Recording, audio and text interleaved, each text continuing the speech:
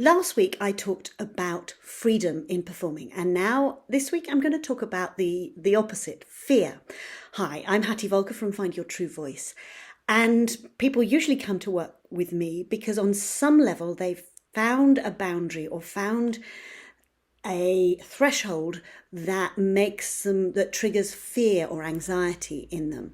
Whether they're a CEO and they're fine everywhere else in their life, but when they suddenly put themselves out there and are doing a speech in front of a particular audience, they start overthinking and self-sabotaging. Or they're a singer and they've been singing for years and years and years, and then suddenly auditions making them overthink and struggle and nervous and shake and sabotage, or whether they're people who find it really hard just to put themselves out there at all.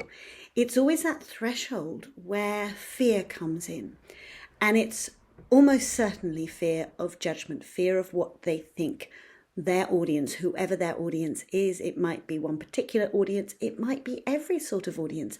My issue is far more with small groups of about 2 to 3 than it ever was with large audiences, although large audiences did hold their traumas for me.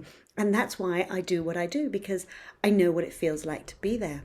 And I was a barrister and still had that struggle of anxiety and nerves and overthinking and self-sabotage. So how do you get over that fear? And I think the thing I would like to talk to you about today is this idea that you get over that fear by looking at it dead in the face, going, right, what is it I am afraid of? What is the worst that can happen? Let me look at the worst that can happen.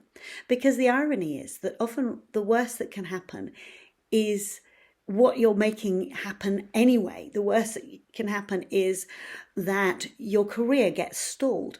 Well, your career is being stalled because you're not putting yourself out there. The worst that can happen is that you think you're going to make a fool of yourself, that your other people's opinion of you is going to go down. Well, if they can't form an opinion because you're not putting yourself out there, or every time you put yourself out there, you're not performing at your best, then that's impacting their opinion of you. So often, as I say, we are creating our worst case scenario in any event. But fear is about safety. Fear is about keeping you safe, as I've mentioned time and time again. And the reason I'm doing it the week after I've just done freedom is because fear is the opposite of freedom. Fear cages you. Fear keeps you small. Fear keeps you timid and self-focused in a really ineffective way. And I was talking to somebody on Sunday who was going to an audition today and talking to them about the approach. And I said, well, for me, the approach is to enjoy yourself. And the person standing next to them said, oh, auditions aren't for enjoyment. I said, well, actually, if you go in and enjoy it, you're much more likely to do a good job. So, but therein, do you hear the assumption that was being made? The idea that you can't enjoy auditions. And we build these assumptions in. We build assumptions in about ourselves, about the audience, about what we're doing and how we should do it. And yet, if we start taking a look at those assumptions, start taking a look at those fear-driving assumptions, for example, if I do it badly, that'll be the end of my career. Will it? Or will you learn from it? Another thing that happened was when I was running my course, somebody was talking about the fact that you only get one chance at a performance. The interesting thing there was this is a performer who has performed many thousands of times. And when I pointed this out to them, they were like, oh, yes, I have another performance. And we see these things as final. So seeing the performance as a final chance to do a good job, it brings pressure to that performance. And that pressure heightens your fear. Whereas if you say, this is the next of my performances, let's see what I can achieve with it. What do I want to achieve in this performance? And then you look back and go, what did I achieve with that performance? What do I want to achieve with my next performance? Some of the best performers I know record every performance that they do, not because they're anxious and nervous and thinking it's terrible, because out of every performance, they want to learn. They want to learn so they can do an even better performance next time. And that's an expansive, abundant view of it, rather than this lacking, this is the full stop, after this, there's nowhere to go. So we generate our own fear to keep ourselves safe. We want to keep ourselves from looking a fool, ruining our career. And yet what you do is you're creating this tension and anxiety. And if we flick back to the idea of freedom being the opposite, how do you create freedom? Now, I talked about this in my last podcast, this idea of removing the thoughts, the self-sabotaging thoughts, by leaning into trust.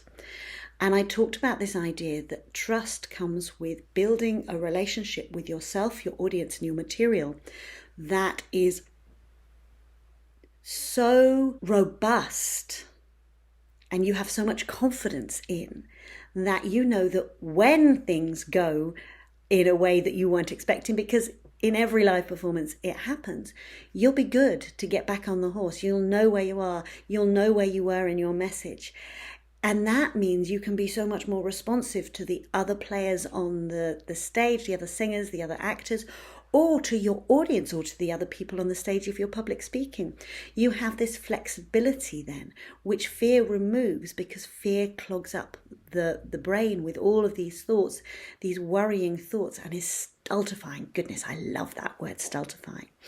So fear is all about trying to keep you safe, but actually muddling up your head with all of these thoughts, leading you to want to control and not let go and lean into freedom. Freedom is about trusting. And as I said last time, that often means more preparation, not less preparation. But it's a sort of preparation that creates a performance that is nuanced and interesting and opens the audience up to be more receptive of it, so they take more from what you're doing. And this is exactly what I teach in my Free Your Voice workshop. And I do this several times a year, but I've got my live event coming up on the 13th of April. So if you're able to make it to London, live and in person, why not join me?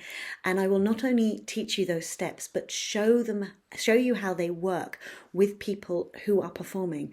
We will go through the steps, taking people through those steps so that you can see exactly how they work and how you can apply them in your own world. And you can also volunteer to be one of those people I work with if you want. It's £20 until the end of this month, so until the 29th of March, which is half price. So come along. And if you can't make the live in-person one, I'm doing one a week later online, so come and join me for that. But just what would I want you to take away thinking about what I teach? What I would like you to take away from this is that fear is normal, but it is not inevitable. And it's our response to feeling that we want to do a good job. And actually, if you lean into freedom and trust, you are more likely to do a good job, than using fear to encourage yourself to do that. I'm Hattie Volker from Find Your True Voice. Thank you so much for listening.